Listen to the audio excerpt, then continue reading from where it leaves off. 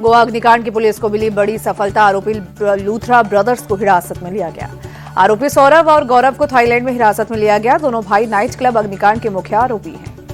Goa night club अग्निकांड जांच में बड़ा खुलासा। आग लगने के बाद लूथरा ब्रदर्स ने थाईलैंड जाने का टिकट बुक किया। 6 से 7 दिसंबर की रात करीब 1:30 बजे टिकट कर दिल्ली से फुकेट भागे थे लूथरा बंधु। दिल्ली से गिरफ्तार अजय गुप्ता को ट्रांजिट रिमांड पर बुधवार की रात गोवा के अंजुना पुलिस स्टेशन लाया गया। अजय ने खुद को बताया बेकसूर। चुनाव आयोग ने बंगाल एसआईआर की डेडलाइन बढ़ाई। अब 14 फरवरी को नई मतदाता सूची जारी करेगा ईसी। पश्चिम बंगाल में जारी एसआईआर के बीच नादिया में सड़क किनारे बड़ी संख्या में वोटर आईडी कार्ड मिले। पुलिस ने पहचान पत्र से भरे बैग को जब्त कर जांच शुरू की।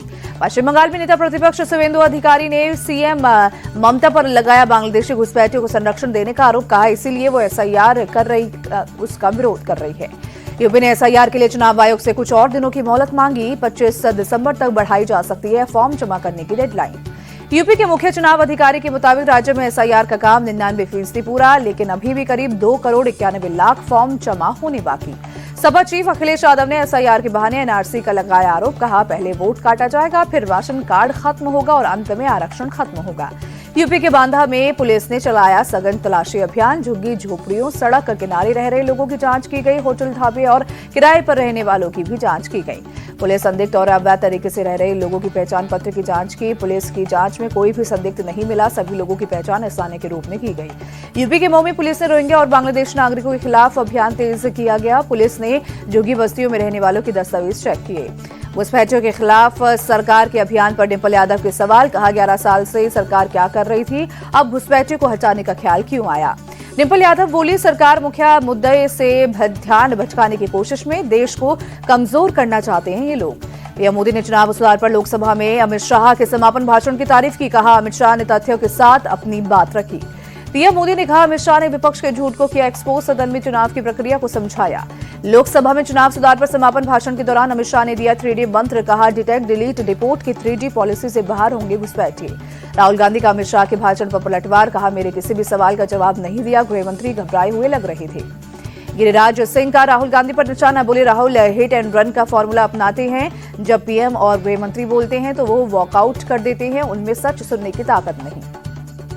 लोकसभा में अमित शाह के बयान पर शहनवाज हुसैन बोले शाह ने राहुल गांधी को जोरदार जवाब दिया। उनके बयान से पूरी कांग्रेस हताश और निराश। अमित शाह के वोट चोरी वाले बयान पर कर्नाटक के deputy CM DK Shivakumar बोले उन्हें वोट चोरी की मूल जानकारी नहीं। उनका बयान पूरी तरह से गलत। मुख्य सूचना आयुक्त और सूचना आयुक्तों की नियुक्ति को लेकर पीएम, गृहमंत्री और राहुल गांधी की बुधवार को हुई बैठक। सूत्रों के मुताबिक शॉर्टलिस्ट नामों पर राहुल गांधी ने असहमति जताई। सूत्रों के अनुसार राहुल ने डिसेंट नोट में जाति का जिक्र किया। कहा शॉर्टलिस्ट नामों में सिर्फ एक ओबीसी कैटेगरी से शामिल। सूचना के अधिकार को कमजोर करना चाहती है सरकार। All India Muslim personal law board के सदस्यों ने संसद भवन में केंद्रीय मंत्री किरण रिजिजू से मुलाकात की। मुलाकात के दौरान असदुद्दीन ओवैसी और चंद्रशेखर आजाद भी रहे मौजूद। कई मुद्दों पर हुई बातचीत। अनुराग ठाकुर ने संसद में ई सिगरेट का मुद्दा उठाया। कहा तृणमूल सांसद संसद में सिगरेट पीते रहते हैं। सूत्रों के मुताबिक कीर्ति आजाद पर आरोप। दिल्ली दौरे पर हरियाणा सीएम नायब सिंह सैनी प्रधानमंत्री मोदी से मुलाकात की। राज्य के विकास से जुड़े कई मुद्दों पर हुई चर्चा। सेना पर विवादित बयान देने के 8 साल पुराने मामले में सपा नेता आजम खान को राहत। एमपी एमएलए स्पेशल कोर्ट ने केस से बरी किया। फिलहाल 2 पैन कार्ड मामले में अभी रामपुर जेल में ही रहेंगे आजम। लैंड फॉर जॉब से जुड़े सीबीआई मामले में फैसला टला। 15 दिसंबर को फैसला सुनाएगा राउस एवेन्यू कोर्ट। लालू परिवार पर आरोप तय करने पर होगा फैसला। महाराष्ट्र बीजेपी अध्यक्ष रविंद्र चव्हाण ने दिल्ली में गृह मंत्री अमित शाह से मुलाकात की। आने वाले चुनाव और संगठनात्मक विषयों पर भी चर्चा। मुंबई में होने वाले बीएमसी चुनाव को लेकर राजनीतिक हलचल तेज। महायुति में सीट बंटवारे को लेकर चर्चा। सूत्रों के मुताबिक शिवसेना शिंदे गुट ने मांगी 90 से 100 सीटें। केरल के कन्नूर में स्थानीय निकाय चुनाव के लिए मतदान। पोलिंग बूथ पर वोटरों की लगी कतार। लोगों में मतदान के लिए उत्साह दिखा। तेलंगाना में पंचायत चुनाव के लिए मतदान। वारंगल के कटरियाल गांव में पोलिंग बूथों पर लगी वोटरों की कतार।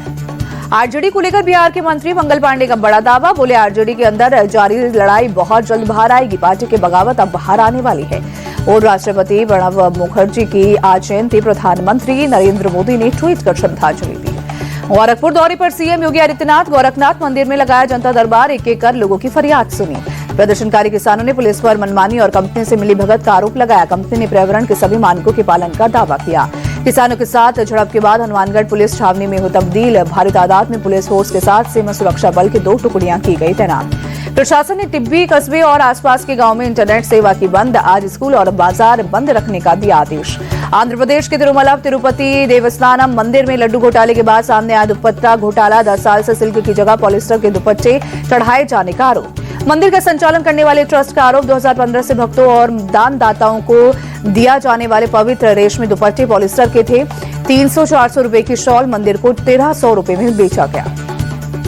ट्रस्ट के चेयरमैन बी राजगोपाल नायडू ने पिछली वाईएसआरसीपी की सरकार और पिछले चेयरमैन पर लगाया आरोप। कहा, पिछली सरकार के वक्त हर फाइल में हुई धांधली, हर फाइल की बारीकी से की जा रही है जांच। इंडिगो संकट पर एयरलाइंस के चेयरमैन विक्रम सिंह मेहता ने यात्रियों से बिना शर्त मांगी माफी। कहा, भविष्य में ऐसी गलती दोबारा ना हो, इसके लिए ठोस कदम उठाए जाएंगे।